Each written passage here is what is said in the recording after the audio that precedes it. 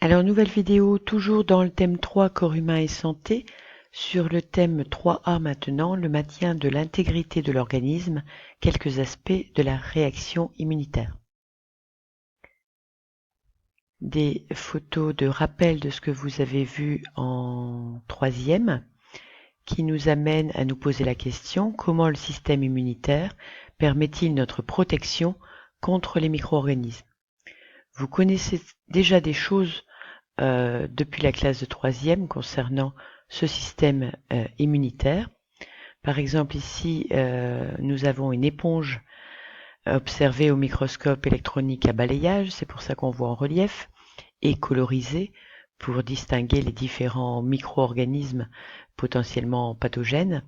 On y trouve des bactéries, alors des bactéries en forme de coque, c'est-à-dire de rond, des bactéries en forme de baguette, rose ici, et puis d'autres éléments qui sont peut-être des champignons, sans doute pas des virus parce que c'est plus petit que cette échelle d'observation qui est pourtant déjà fortement agrandie. Contre cela, vous savez qu'il y a des globules sanguins qui interviennent. Alors on est ici dans ce qu'on appelle un frottis sanguin, observé lui aussi en microscope électronique à balayage et images colorisées. Les hématies ou globules rouges qui sont ici, et puis des globules blancs, appelés aussi leucocytes, que sont les macrophages et phagocytes qui ont la propriété d'avoir leur membrane très déformable. Donc ce sont ces éléments verts et ces éléments bleus. Puis nous avons les lymphocytes B que vous savez être producteurs d'anticorps. Peut-être que celui-ci en est un, donc une membrane moins déformée que les cellules précédentes. Et enfin les lymphocytes T que l'on ne sait pas distinguer au microscope des lymphocytes B, mais qui eux sont chargés de détruire les cellules infectées. Donc des éléments que vous devez connaître dès le départ, qui vont nous permettre de préciser la question: comment le système immunitaire réagit-il rapidement contre les micro-organismes, ce qui va nous amener au premier chapitre, qui sera donc le chapitre 9, la réaction inflammatoire, un exemple de réponse innée, ce qui correspond au chapitre 12 de votre livre. La première ligne de défense, c'est ce qu'on appelle l'immunité innée, dont l'un des mécanismes, c'est la réaction inflammatoire, qu'on appellera souvent RI dans la suite de ce chapitre. Donc cette réaction inflammatoire, de quoi s'agit-il en grand 1? Tout d'abord, les symptômes ont été décrits par Cornelius Celsus il y a 2000 ans, un peu plus de 2000 ans, dans l'Antiquité. Eh bien, tout d'abord, ici, après une piqûre de moustique, on observe une rougeur de la peau. On peut aussi constater un gonflement et une chaleur au niveau de la piqûre parce que les vaisseaux sanguins ont leur diamètre qui augmente, c'est ce qui provoque le gonflement, et des cellules arrivent, d'où la chaleur produite. Et enfin, quatrième caractéristique de cette réaction ou symptôme de cette réaction inflammatoire, c'est la douleur. On a comparé ici un tissu présentant une inflammation en rouge et un tissu sain ici, et on a le pourcentage de fibres C activées. Les fibres C, ce sont des fibres nerveuses responsables du message de la douleur qui arrive au cerveau. Donc 4 signes, 4 symptômes de la réaction inflammatoire. Symptômes qui nous font souvent peur, mais qui sont des signes d'alerte et de début de réaction. Alors on a ici des coupes histologiques, c'est-à-dire on observe des tissus. Ce tissu, c'est de la peau, avec avant et après une exposition au soleil. Alors ces cellules, au niveau du coup de soleil, vous voyez ont une couleur différente, mais on a aussi pu observer, en faisant des observations à plus fort grossissement et des études chimiques, que l'ADN pouvait être altéré, d'où la dangerosité des coups de soleil. Et dans ces structures, eh bien, on va trouver des globules blancs, c'est-à-dire des leucocytes. Donc on ne trouve pas que des globules blancs dans le sang, on en trouve aussi dans les cellules suite à une blessure par exemple, ou un coup de soleil ici, ou une piqûre de moustique, des événements aussi simples que ça. On va trouver aussi, là c'est un petit peu tôt, on va trouver aussi des cellules immunitaires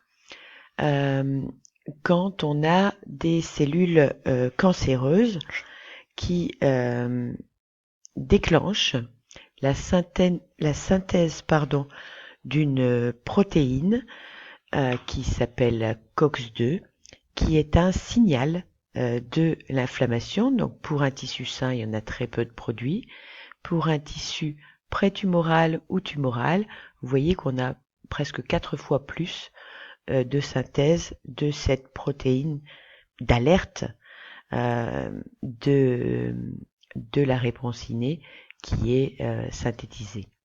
Ce qui nous amène à la notion très rapidement mise en œuvre, l'immunité innée, c'est la première à intervenir lors de situations variées, l'atteinte des tissus, une blessure par exemple, une infection ou un cancer, différents cas de figure. Nous arrivons maintenant au grand C, les acteurs de la réponse immunitaire. Eh bien, il y a différentes cellules. On a évoqué les globules blancs ou leucocytes. Alors, chez un individu sain, il y a à peu près 7000 leucocytes dans le sang. Chez un individu atteint d'une maladie inflammatoire chronique, il y a quasiment une quantité de globules blancs qui est doublée. Vous voyez qu'il n'y a pas de changement au niveau des globules rouges ou hématies. Et ici, nous avons la distinction des différents types de globules blancs. Les granulocytes, vous le voyez, augmentent, on voit leur nombre augmenter fortement, il est plus que doublé. Les lymphocytes n'augmentent pas et même diminuent légèrement. Et par contre, les monocytes voient leur nombre quasiment doublé. Donc ce sont ces cellules qui nous intéressent, les granulocytes et les monocytes, que vous avez sur ces images et que vous devrez reconnaître au microscope optique, donc ce type d'image. Sachant que on trouve ces cellules dans un frottis sanguin, c'est ce que vous allez observer, mais on peut trouver aussi le mastocyte, on va le trouver dans les tissus, ainsi que le macrophage qui est en fait un dérivé des cellules précédentes. Dans le livre, on vous demande de construire un tableau des différentes propriétés de ces cellules et de leur localisation. Voici donc le résultat attendu. Les monocytes et granulocytes, on les trouve dans le sang.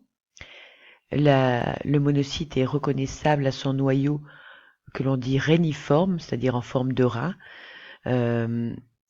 ou de haricot. Ensuite, le granulocyte, toujours cellule sanguine, qui a un noyau formé de plusieurs lobes, donc on dit plurilobé. Les macrophages que l'on trouve dans les tissus sont globalement arrondis, mais souvent on peut trouver une membrane extrêmement déformée.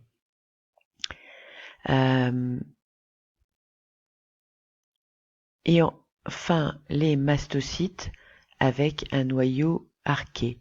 Je me demande, a priori, ils ont fait une erreur. Vous corrigez ici, le macrophage a un noyau arqué, le mastocyte a un noyau arrondi. Ce qui amène à la deuxième notion, l'immunité innée ne nécessite pas d'apprentissage préalable, il est génétiquement hérité. Elle est génétiquement héritée et elle est présente dès la naissance. Les médiateurs maintenant de l'inflammation. Une expérience a été réalisée ici. On a prélevé les monocytes et les granulocytes d'une souris. On les a placés dans des tubes en présence de bactéries. On a laissé incuber 4 heures. On a prélevé le surnageant, c'est-à-dire uniquement du liquide, pas de cellules, et on a injecté ce surnageant à d'autres souris, et on constate une réaction inflammatoire après quelques heures, ici au niveau de l'oreille où l'on a fait la piqûre. Alors ceci nous prouve que les monocytes et granulocytes au contact des bactéries ont fabriqué une substance soluble qui a été injectée ici. Ici, on n'a pas incubé avec des bactéries et on n'a pas de réaction inflammatoire. Donc, c'est pas les bactéries qui provoquent la réaction inflammatoire, mais c'est la substance fabriquée par les monocytes et granulocytes. Parmi les substances qui se trouvent dans ce surnageant, on a étudié l'activité de l'interleukine 15, dont la dose est croissante ici, et le pourcentage d'activité des monocytes a été mesuré en fonction de la dose de cette interleukine 15. On constate que s'il n'y a pas d'interleukine 15, il y a une très faible activité des monocytes. S'il y a 12,5 nanogrammes, ce sont des petites quantités par millilitre d'interleukine, on a une activité, admettons qu'ici on était à peu près à 3, qui arrive aux environs de 23, donc fortement augmenté, 36, presque 50, enfin je sais pas, 46. Donc suivant la dose de cette molécule d'avertissement en quelque sorte, l'interleukine, eh bien on a une mise en jeu des cellules immunitaires.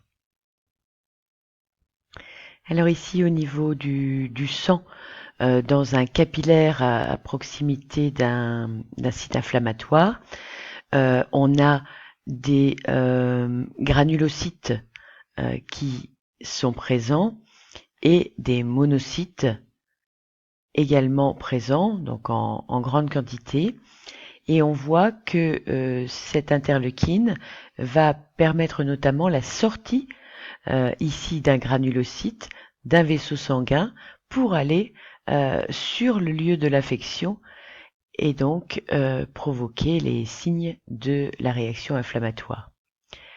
Donc ça provoque une dilatation des vaisseaux sanguins qui peuvent donc laisser sortir les cellules qui vont attirer d'autres cellules grâce à ces interleukines. On a donc un phénomène d'amplification. Ceci nous amène à nous poser la question, comment cette réaction inflammatoire va-t-elle permettre d'éliminer le pathogène? Mais il faudrait d'abord écrire la notion. Il y a une petite erreur dans l'ordre. Donc la réaction inflammatoire aiguë fait suite à l'infection, etc. Je voudrais terminer pour les... Oui, et donc on arrive à l'élimination des pathogènes dans la prochaine vidéo.